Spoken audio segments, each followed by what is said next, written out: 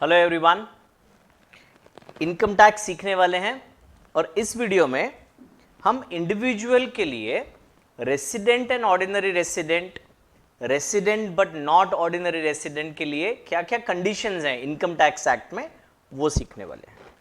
इसके पहले के वीडियो में हमने रेसिडेंशियल स्टेटस का एक पार्ट किया था, that when an individual is resident in India. तो हम यहां तक सीख चुके थे ये रेसिडेंट और नॉन रेसिडेंट। अब आज के वीडियो में हम ये पार्ट सीखने वाले हैं कि एक individual R and O R कब होता है और R but N O R कब होता है। ठीक है, तो मेरे साथ जुड़े रहिएगा एंड तक सीखने के लिए। तो जो बेसिक कंडीशन हमने लास्ट वीडियो में सीखा था वो सेक्शन 6(1) था, टू डिसाइड कि इंडिविजुअल रेसिडेंट है या नहीं। ये इंडिविजुअल जो आर एंड ओ आर जो हमें सीखना है उसका सेक्शन है सेक्शन 6 सबसेक्शन 6। उसकी पहली कंडीशन जिसको हम एडिशनल कंडीशन बोलेंगे, तो दो एडिशनल कंडीशन है उसमें। पहली, individual is resident in India in at least 2 out of 10 preceding previous years.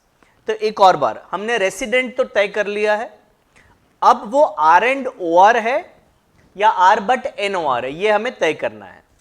और ये तय करने के लिए पहला कंडीशन ये है कि वो पिछले 10 साल में कम से कम 2 साल, है ना, एटलीस्ट 2 इयर्स रेसिडेंट होना चाहिए। तो इस साल रेसिडेंट चेक कर लिया, अब पिछले 10 साल में भी रेसिडेंट चेक करना पड़ेगा।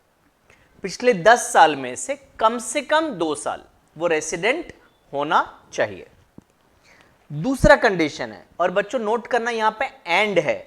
एंड का मतलब पहला एंड दूसरा दोनों कंडीशन सेटिस्फाई होना चाहिए।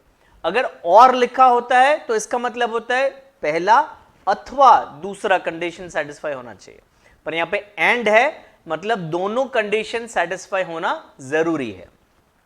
दूसरा कंडीशन क्या है? सेक्शन 662 में दूसरा कंडीशन स्टे के बारे में है, that stay in India in 7 preceding previous years is 730 days और मोर। स्टूडेंट्स कंफ्यूज नहीं होना, 612 में जो कंडीशन था वो 365 डेज 4 ईयर्स में था। यहां पे 365 का डबल है 730 डेज, पर 4 का डबल नहीं है, मतलब पिछले 7 साल में टोटल 730। तो जब ये एंड ये दोनों कंडीशन सेटिस्फाई हो जाते हैं, इन दैट केस वो जो इंडिविजुअल है वो आर एंड ओ आर हो जाता है। कुछ 4 सिनेरियोज देखते हैं। तो यहां पे हमने लिखा है when R and O R, तो 2 कंडीशन है 661 और 662। तो देखते हैं पहला सिनेरियो। पहला सिनेरियो जहां दोनों कंडीशन फुलफिल हो गए तो क्या हुआ? तो आर एंड ओ आर हो गया। दूसरा सिनेरियो जहां पे पहला फुलफिल हुआ दूसरा नहीं हुआ तो क्या हुआ? R but N O R. तीसरा, पहला नहीं हुआ दूसरा हो गया, R but N O R. और फोर्थ सिनेरियो में जहां दोनों कंडीशन सेटिस्फाई नहीं हो रहे हैं, again R but N O R. तो आप ध्यान दीजिए 3 केसेस में वो R but N O R होगा। सिर्फ एक केस में जहां पे दोनों कंडीशन फुलफिल हो रहे हैं, सिर्फ उसी केस में वो आर एंड ओ आर होगा। ठीक है, एक ब्यूटीफुल चार्ट बनाया है, फ्लो चार्ट आप बोल सकते हैं, और फ्लो चार्ट के माध्यम से हम आपको पूरा डायग्राम एक बार समझा देते हैं, एकदम क्लियर हो जाएगा। तो residential status of an individual, पहला हम चेक करेंगे स्टे 182 डेज से ज्यादा है या नहीं। ये हो गया हमारा कंडीशन 611 वाला। तो अगर यहां पे आंसर है हां या यहां पे आंसर है ना, तो क्या सीन होगा? अगर हां तो रेसिडेंट हो गया, और अगर ना, अगर नो है तो आगे देखना पड़ेगा। आगे क्या देखना पड़ेगा? तो ये जो कंडीशन है वो सेक्शन 612 की 2 कंडीशंस हैं, A and B. Stay 60 days से ज्यादा एंड पिछले 4 साल का स्टे 365 डेज से ज्यादा। तो ये दोनों अगर फुलफिल हो जाते हैं, यस या नो, तो अगर नो है, मान लीजिए दोनों फुलफिल नहीं हो रहे हैं या दोनों में से एक भी फुलफिल नहीं हो रहा है, तो एनआर। दोनों फुलफिल होंगे तभी ऊपर जाएगा, है ना, तभी रेसिडेंट। तो अगर यहां पे यस है तो फिर वो रेसिडेंट हो गया, ठीक है ना। अभी अगर रेसिडेंट हो गया तो 6-6 के बारे में सोचेंगे।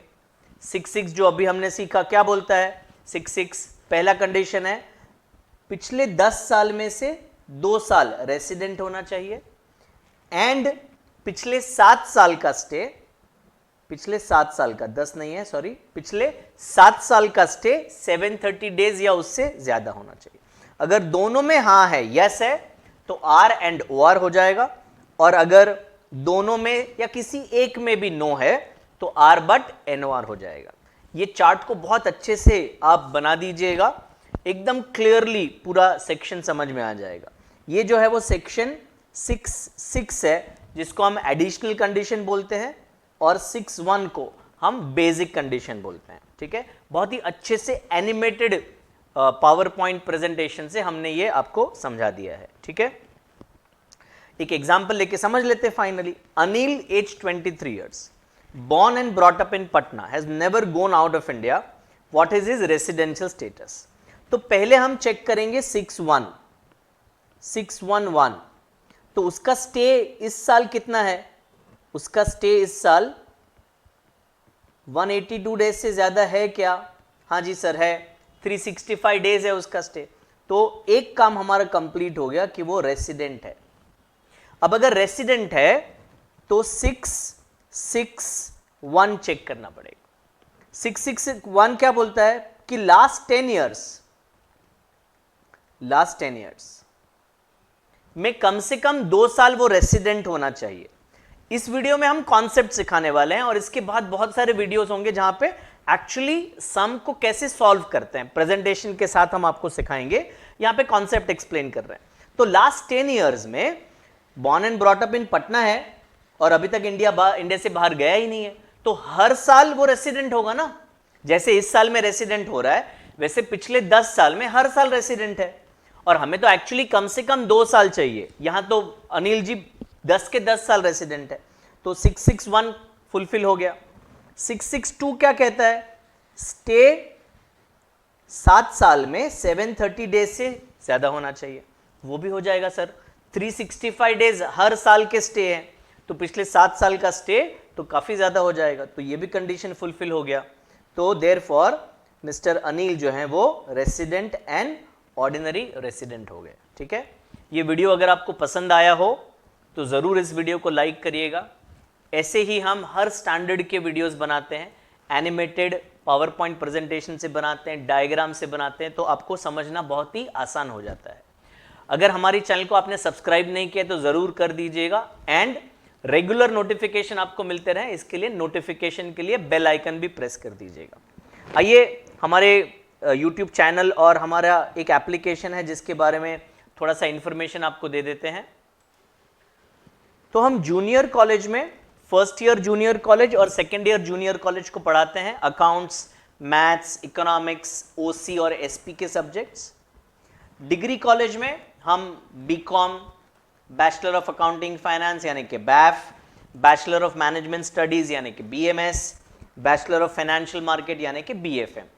इसमें सेमेस्टर 1 से लेके सेमेस्टर 6 तक सारे प्रैक्टिकल सब्जेक्ट्स हम सिखाते हैं, और प्रोफेशनल लेवल पे हम सीए फाउंडेशन भी सिखाते हैं।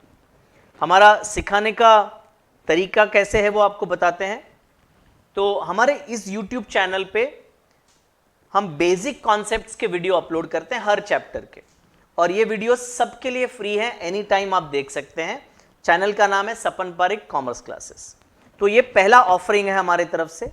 सेकंड ऑफरिंग है फ्री ऑब्जेक्टिव टेस्ट हम प्रोवाइड करते हैं सारे चैप्टर्स के लिए, और अगर आप चाहते हैं कि आप हमारे फ्री ऑब्जेक्टिव टेस्ट को अवेल करें तो इस नंबर पे आप कॉल करिएगा, आपको आगे का फॉर्मेलिटी बताएंगे, पर वो एब्सोल्युटली फ्री है, आप उसको यूज कर सकते हैं ऑब्जेक्टिव टेस्ट्स के लिए। एंड अगर आप चाहते हैं कि आप हमारे पास एकदम सिस्टमैटिक तरीके से पूरे साल पढ़ें, पूरा कोर्स कंप्लीट करें, तो हमारे पास फुल कोर्स का एक ऐप है, ई लर्निंग ऐप हमने डेवलप किया है जो प्ले स्टोर से आप डाउनलोड कर सकते हैं, जिसमें live lectures plus recorded lectures की सुविधा है, और सारे लेक्चर्स को हमने ऑर्डर में रखा है, जैसे कि आपने इसके पहले के वीडियो में देखा कि रेसिडेंशियल स्टेटस कैसे कैलकुलेट करते हैं, सेकेंड वीडियो में देखा R&OR कैसे कैलकुलेट करते हैं। अभी इसके बाद के वीडियोस में हम आपको लेके जाएंगे क्वेश्चंस और सॉल्यूशंस की ओर। तो अगर आप वो ऐप खरीदना चाहते हैं तो ये जो नंबर है उस पर आप कॉल करिएगा। नेक्स्ट वीडियो में हम सीखने वाले हैं residential status of HUF, firm and company. Thank you so much for being with me. Bye bye. Take care.